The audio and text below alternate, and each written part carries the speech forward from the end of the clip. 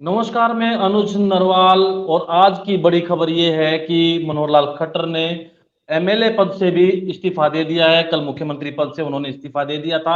हमारे साथ हैं हेमंत अत्री जी, दैनिक भास्कर में पूर्व में राष्ट्रीय राजनीतिक संपादक रहे हैं। लंबे दौर तक उन्होंने पूरी हरियाणा की राजनीति और देश की राजनीति को वो देखते आ रहे हैं और नेशनल चैनल पर भी अपनी बात रखते हैं। हेमंत जी, आज इस्तीफा दे दिया है, क्या मायने लग रहे हैं आपके? कल सीएम पद गंवाना पड़ा, या कहें कि उन्होंने इस्तीफा दे दिया और आज एमएलए पद से भी मनोहर लाल खट्टर ने इस्तीफा दे दिया है। देखिए अनुज जी, इसमें कुछ अप्रत्याशित नहीं है। जिस तरीके हम्म, के हालात में all of a sudden overnight रात को इस्तीफा लिया गया, उसके बाद एक हम्म, बात बड़ी क्लियर थी कि जो नरेंद्र मोदी जी के साथ जो मनोहर लाल खट्टर की प्रॉक्सिमिटी है, जो निकटता है, जो दोस्ती है, जो भी आप कहिए, उसके बाद जब आदमी 9.5 साल तक जो मुख्यमंत्री रहा है, वो केवल एक विधायक के तौर पर कैसे उसी सदन के अंदर बैठेगा, खास तौर पर जब उसका जूनियर को चीफ मिनिस्टर बना दिया जाए। तो अब चूंकि विधानसभा का चुनाव भी 6 से 7 महीने दूरी पे है, बाई इलेक्शन हम्म, कराने की भी जरूरत नहीं पड़ेगी।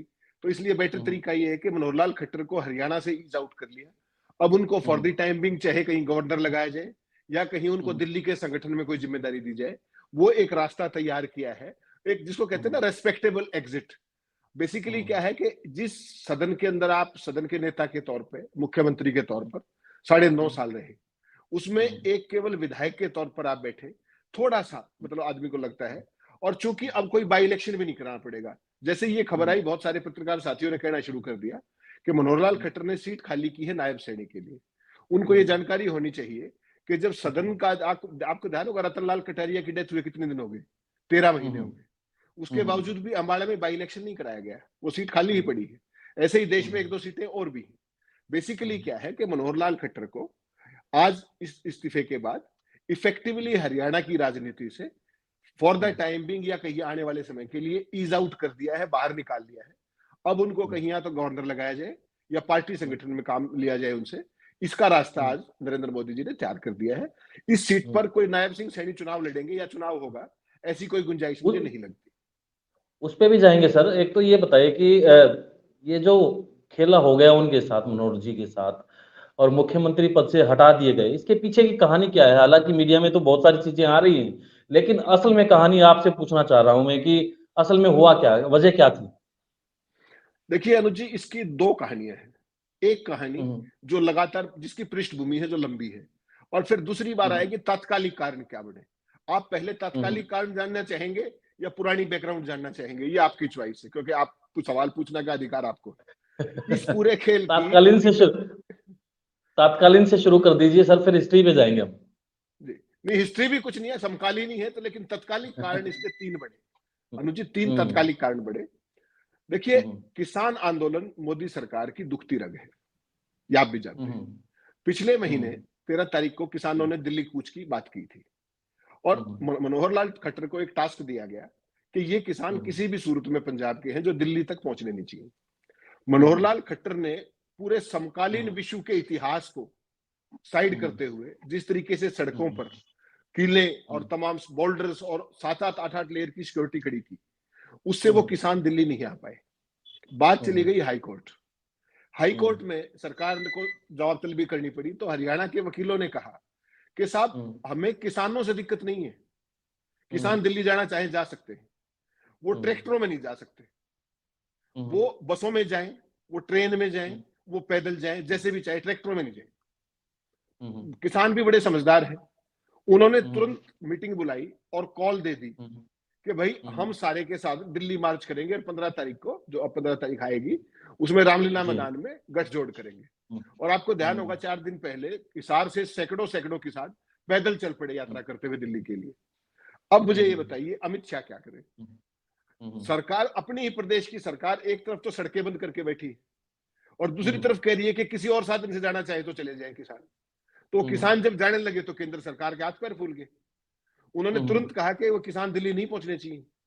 तो जो हम्म, खट्टर सरकार केवल ट्रैक्टर की ना कर रही थी, उसको वो जो हम्म, पैदल जाते हुए किसान थे उनको भी राउंड अप करना पड़ा, अगर आपको ध्यान हो तो। हम्म, एक कारण हम्म, यहां से बात शुरुआत हुई, जिससे अमित हम्म, शाह और दिल्ली एकदम हिल गई कि ये हम्म, किसान अगर दिल्ली पहुंच गए तो बात तो वहीं पे पहुंच जाएगी।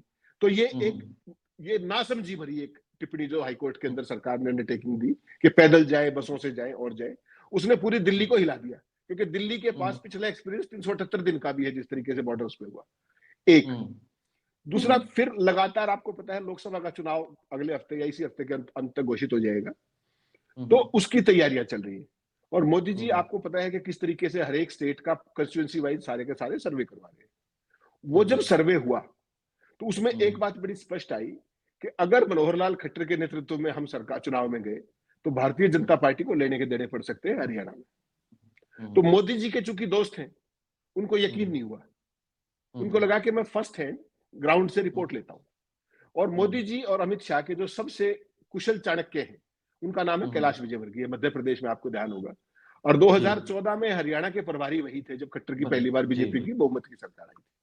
तो उन्होंने स्पेशली उनको मध्य प्रदेश से बुलाया, उन्होंने कहा कि हरियाणा में जाकर के हमें ग्राउंड रिपोर्ट दो क्या है। तो उन्होंने दोनों क्लस्टर्स में, हरियाणा को बीजेपी ने 2 हिस्सों में बांट रखा है, वो दोनों जगह गए और उन्होंने कार्यकर्ताओं से बात की कि भाई क्या बात है, क्या दिक्कत है, चुनाव में क्या स्थिति है। सभी ने एक सूत्री बात कही कि हरियाणा के अंदर भारतीय जनता पार्टी नाम की कोई चीज नहीं है, मनोहर लाल खट्टर की बजाय पूरी नौकरशाही हावी है, कार्यकर्ता की कोई बात सुनी नहीं जा रही है, जनता में भारी नाराजगी है और इनके नेतृत्व में चुनाव में जाना ठीक नहीं रहेगा। उन्होंने वो रिपोर्ट तत्काल प्रधानमंत्री को और अमित शाह को दी, कैलाश विजयवर्गीय। बात यही नहीं रुकी, आपने तात्कालिक कारण पूछे, मैं तात्कालिक बता रहा हूं। उसके बाद जो मध्य प्रदेश के मुख्यमंत्री हैं मोहन यादव, आजकल उनको काफी घुमाया जा रहा है, अहिरवाल की बेल्ट में, यादवों में, यूपी भी भेजा है उनको, तो उनको हरियाणा के अहिरवाल में भेजा गया। आपको पता है हरियाणा में पिछली 2 बार जब से बीजेपी की सरकार आई है, अहिरवाल का सबसे बड़ा योगदान है बीजेपी को सीट देने में।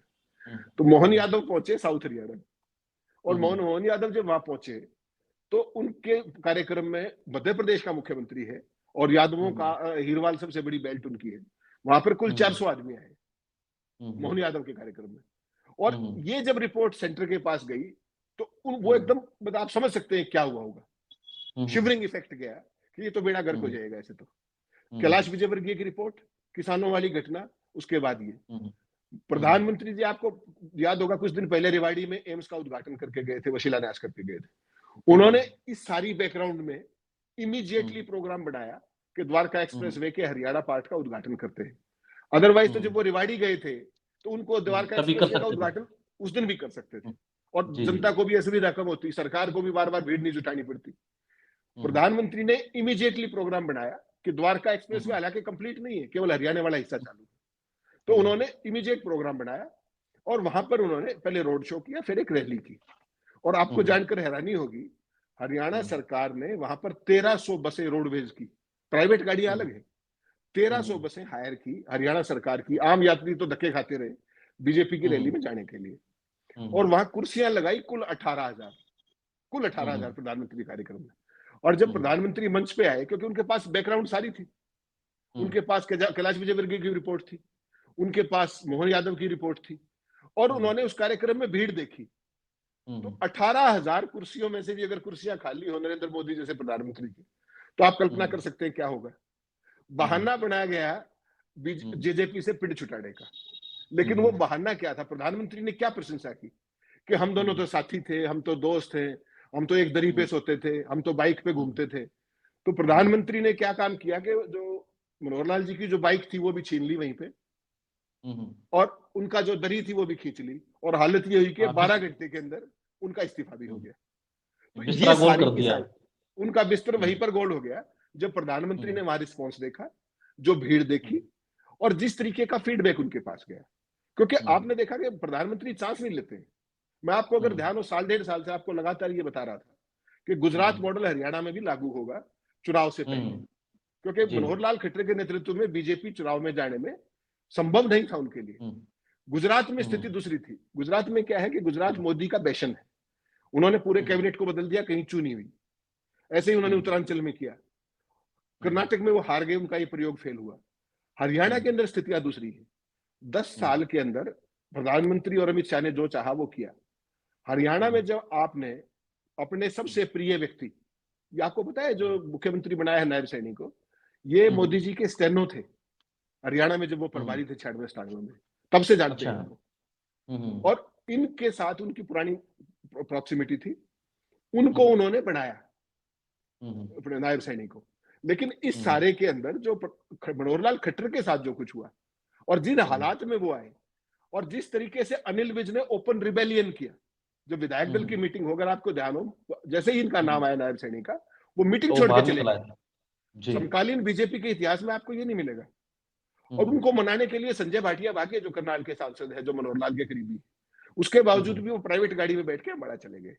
तो ये हरियाणा है अनुज भाई, ये गुजरात नहीं है, ये उत्तराखंड नहीं है।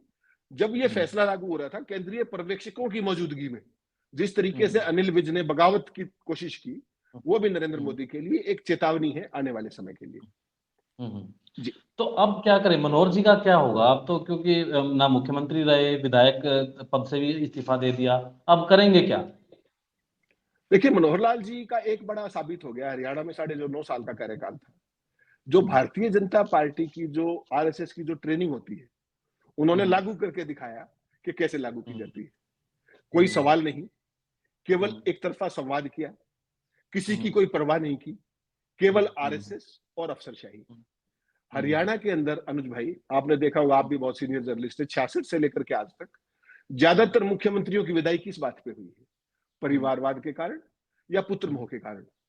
मनोहर लाल इकलौते मुख्यमंत्री हैं जिनकी विदाई अफसरशाही के कारण, अफसरशाही की कोठरी के कारण, जो उनके आसपास जो उनके एडवाइजरों का गिरोह था और जो उनकी जो ब्यूरोक्रेसी है, वो सरकार चला रही थी, और वही सारे का सारा फीडबैक प्रधानमंत्री के पास गया, जिसके कारण ये उनको बदलना पड़ा।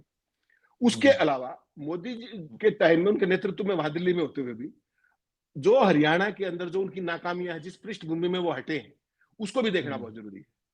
क्या नाम, मनोहरलाल खट्टर के कार्यकाल में हरियाणा 3 बार चला। कितनी बार पुलिस फायरिंग हुई? जितने लोग हरियाणा में फायरिंग में मरे, इतने कश्मीर में भी नहीं मरे। ये एक दुखद सच्चाई है। एक दूसरा, मनोहरलाल कहते थे, सबसे बड़ा जो उनका दावा था, कि बिना पर्ची और खर्ची की रोजगार देते थे। कोई बीजेपी का नेता, कोई मनोहरलाल खट्टर का एडवाइजर ये बता दे कि 9.5 साल में 34 परीक्षाएं आयोजित हुई, परीक्षा नौकरियों के लिए, कोई एक परीक्षा बताए जो लीक ना हुई हो। उनका जो एचपीएससी का सेक्रेटरी था, वो करोड़ों रुपए के साथ पकड़ा गया। क्या उस गिरोह का खुलासा हुआ? उसके अलावा मोदी जो कार्यकाल में जितनी बेरोजगारी की दर हरियाणा में हुई, वो कहीं आप कल्पना कर सकते हैं? तो अब इस बैकग्राउंड के अंदर आपको क्या लगता है कि आज की तारीख में मनोहरलाल, जहां तक गवर्नेंस की बात है, शासन की बात है, एसेट है या लायबिलिटी है? तो प्रूव हुआ कि वो एक लायबिलिटी है बहुत बड़ी। तो लेकिन भारतीय जनता पार्टी में आरएसएस के पुराने वर्कर के लिए दरवाजे हमेशा खुले रहते हैं। बहुत सारे लोग मनोहरलाल के समकक्ष या उस तरह के जो लोग, बहुत सारी स्टेट्स में गवर्नर भी हैं। मनोहरलाल का संगठन का भी तजुर्बा है, उनके साथी, उनको संगठन वाले, उनको हेडमास्टर साहब भी कहते हैं। तो पूरी उम्मीद ये है कि मनोहरलाल अभी हरियाणा से जरूर ईज आउट कर दिए गए हैं, हरियाणा से उनको इफेक्टिवली बाहर कर दिया गया है आज, जब उनका इस्तीफा हुआ। और ये पहली बार नहीं है। आपको याद दिलाऊं, जब वो संगठन महामंत्री थे हरियाणा के, और नरेंद्र मोदी जब यहाँ के प्रभारी थे, उसके बाद उनको तब भी जम्मू कश्मीर भेज दिया गया था। पहले भी बाहर हो चुके हैं हरियाणा से।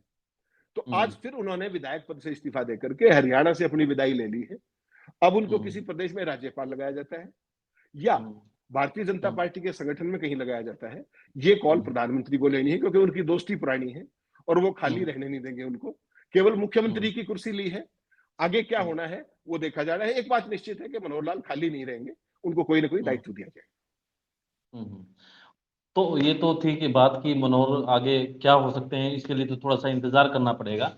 लेकिन जो 6-8 महीने के लिए जो नए मुख्यमंत्री बने हैं, तो क्योंकि पंजाब में भी एक कांग्रेस ने भी एक्सपेरिमेंट किया था चन्नी को लाके, कहीं चन्नी तो नहीं साबित हो जाएंगे वो?